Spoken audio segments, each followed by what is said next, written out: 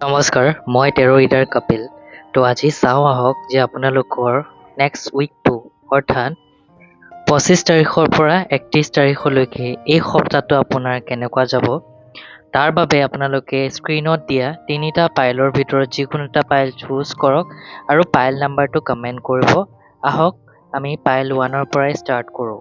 পাইল 1 যিসকলে চুজ কৰিছে তেওঁলোকৰ হেল্থৰ ক্ষেত্ৰত ইছ্যু তেনেকৈ দেখা নাই, কিন্তু তেওঁলোকে নিজকে অকণমান কেয়াৰ কৰাটো প্লাছ তেওঁলোকে নিজৰ থ্ৰ'ট চক্ৰৰ মেইনলি ডিঙিৰ কেয়াৰ কৰাটো খুব বেছি ইম্পৰ্টেণ্ট।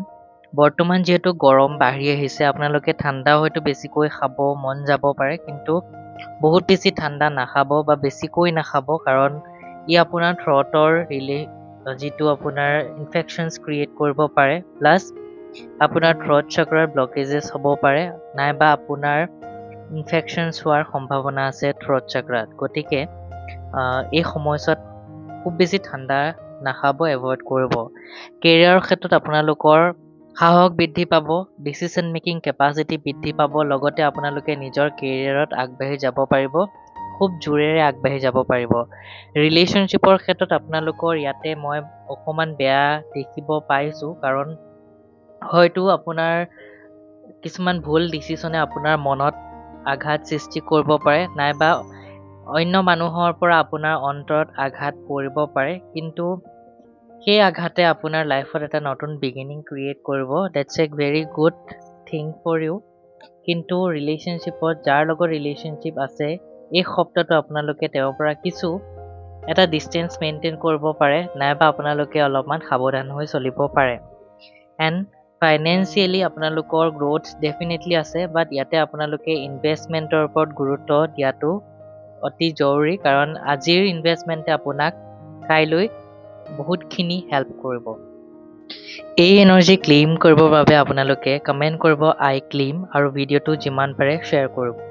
পাইল 2 ষ্টাৰ্ট কৰাৰ আগতে এতিয়ালৈকে যদি আপোনালোকে মোৰ চেনেলটো ছাবস্ক্ৰাইব কৰা নাই, তেন্তে চেনেলটো ছাবস্ক্ৰাইব কৰিব আৰু বেল আইকনটো ক্লিক কৰি অল কৰি ৰাখিব, যাতে আমি আগবঢ়োৱা ভিডিঅ'ৰ ন'টিফিকেশ্যনছ আপুনি সকলোতকৈ আগতে লাভ কৰে।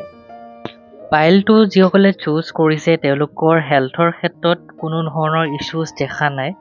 আপোনালোকে নিজৰ হেল্থক লৈ খুব বেছি কনচিয়াছ হৈ থাকিব, লগতে হেল্থটো আপোনালোকৰ যদি কিবা ইছ্যুজ হৈ আছে তাৰ পৰা ৰিকভাৰ হোৱাৰ খুব বেছি চান্সেছ ইয়াতে দেখিছোঁ। সপ্তাহটো আপোনাৰ হেল্থৰ কাৰণে ভাল। কেৰিয়াৰৰ ক্ষেত্ৰত আপোনাৰ গ্ৰ'থ দেখিবলৈ পাইছোঁ, লগতে আপোনাৰ কেৰিয়াৰত আপুনি যিখিনি মেনিফেষ্ট কৰি আছে সেই মেনিফেষ্টেশ্যনছবিলাক আপোনাৰ ফুলফিল হ'বলৈ গৈ আছে। এই ক্ষেত্ৰত আপোনাৰ গাৰ্ডিয়ান এঞ্জেলছসকলে, আপোনাৰ ভগৱানে আপোনাক বহুত বেছি ছাপোৰ্ট কৰি আছে, গতিকে তেওঁলোকৰ প্ৰতি গ্ৰেটফুল হ'ব আৰু নিজৰ জীৱনত আগবাঢ়িব, কাৰণ এই সময়খিনি আপোনাৰ কাৰণে খুবেই গুৰুত্বপূৰ্ণ। ৰিলেশ্যনশ্বিপৰ ক্ষেত্ৰত আপোনালোকৰ খুব বেছি ভাল। আপোনালোকৰ পাৰ্টনাৰৰ পৰা, আপোনাৰ ফেমিলিৰ পৰা আপোনালোকে বহুত বেছি মৰম লাভ কৰিব। যি মৰম আপোনালোকে তেওঁলোকক দিব, সেই মৰম আপোনালোকে 10 টাইমছ ৰিটাৰ্ণ লাভ কৰিব। এণ্ড ফাইনেন্সৰ ক্ষেত্ৰত দেখা গৈছে যে আপোনালোকৰ মনলৈ কিছু বিভ্ৰান্তিৰ সৃষ্টি হ'ব পাৰে, কনফিউশ্যনছ আহিব পাৰে।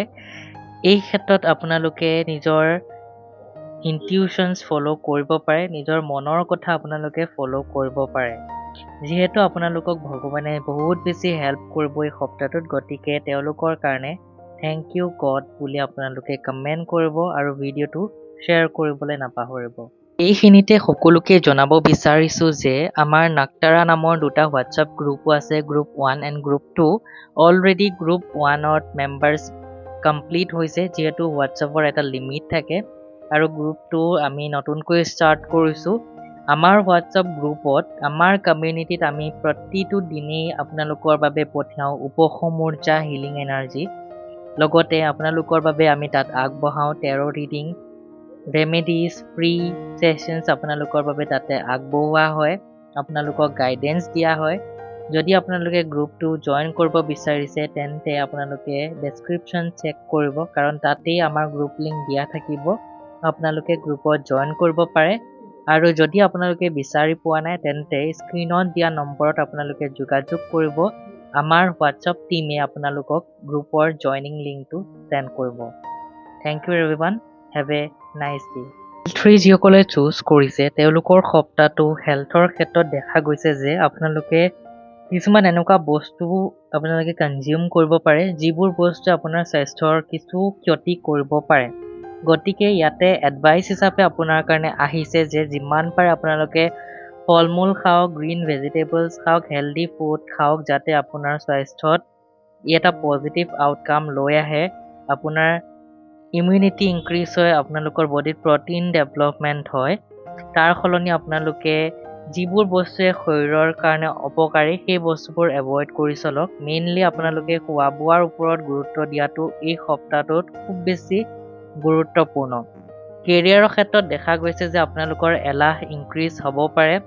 আপোনালোকৰ ডিচিশ্যন লোৱাৰ যি কেপাচিটি সেই কেপাচিটি কিছু পৰিমাণে হ্ৰাস হ'ব পাৰে, যাৰ ফলত আপোনালোকৰ কামবোৰ প'জ হৈ থাকিব, নাইবা আপোনালোকে যেনেকুৱা ৰিজাল্ট বিচাৰিছে সেই ৰিজাল্টবিলাক এই সপ্তাহটোত হয়তো নাপাব পাৰে। গতিকে যিহেতু আপোনাৰ কাৰণে এনাৰ্জিটো তেনেদৰেই শ্ব' কৰিছে, গতিকে এই এনাৰ্জিটো আপোনালোকে শ্বিফ্ট কৰিবলৈ যত্ন কৰক। শ্বিফ্ট কৰিবৰ বাবে আপোনালোকে নিজৰ এলাহ ভাৱ এৰি নিজৰ কামত গুৰুত্ব দিয়ক। কিবা কনফিউজনছ থাকিলে ডিছকাছৰ যোগেদি সেই কনফিউজনছ দূৰ কৰক। ৰিলেশ্যনশ্বিপত যদি আপোনালোকে কিবা ইছ্যুজ ফিল কৰি আছে বা ইছ্যুজ আপোনালোকৰ ৰিলেশ্যনশ্বিপত হৈ আছে, সেয়া আপোনালোকে ছল্ভ কৰিবলৈ ট্ৰাই কৰক, কাৰণ এই সময়খিনি আপোনালোকৰ বাবে খুব বেছি ভাল সময় নিজৰ ভুলবোৰ শুধৰোৱাৰ কাৰণে। নিজৰ ভুলবোৰৰ পৰা আঁতৰি আপোনালোকে এটা এনেকুৱা জ'নত যাব য'ত নেকি আপোনালোকৰ সকলোৰে লগত ৰিলেশ্যনশ্বিপৰ বণ্ডিংটো খুব বেছি ষ্ট্ৰং হ'ব।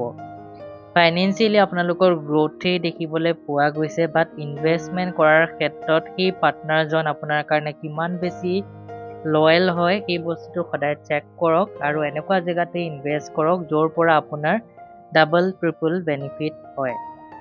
এই এনাৰ্জিটো ক্লেইম কৰিবৰ বাবে আপোনালোকে থেংক ইউ ইউনিভাৰ্ছ বুলি কমেণ্ট কৰিব আৰু ভিডিঅ'টো শ্বেয়াৰ কৰিবলৈ নাপাহৰিব, কাৰণ যেতিয়া আপোনালোকে ভিডিঅ' এটা শ্বেয়াৰ কৰে, ভিডিঅ'টোক আপোনালোকে ৰেচপেক্ট কৰে, প্লাছ এই এনাৰ্জিটো আপোনালোকে ক্লেইম কৰে, আৰু ইয়াৰ ফলত আপোনাৰ ফেমিলি মেম্বাৰ্ছ নাইবা যাৰ লগতে শ্বেয়াৰ কৰিছে তেওঁলোকেও উপকৃত হয়। ইও আপোনাৰ কাৰণে এটা ব্লেছিংছ হয়।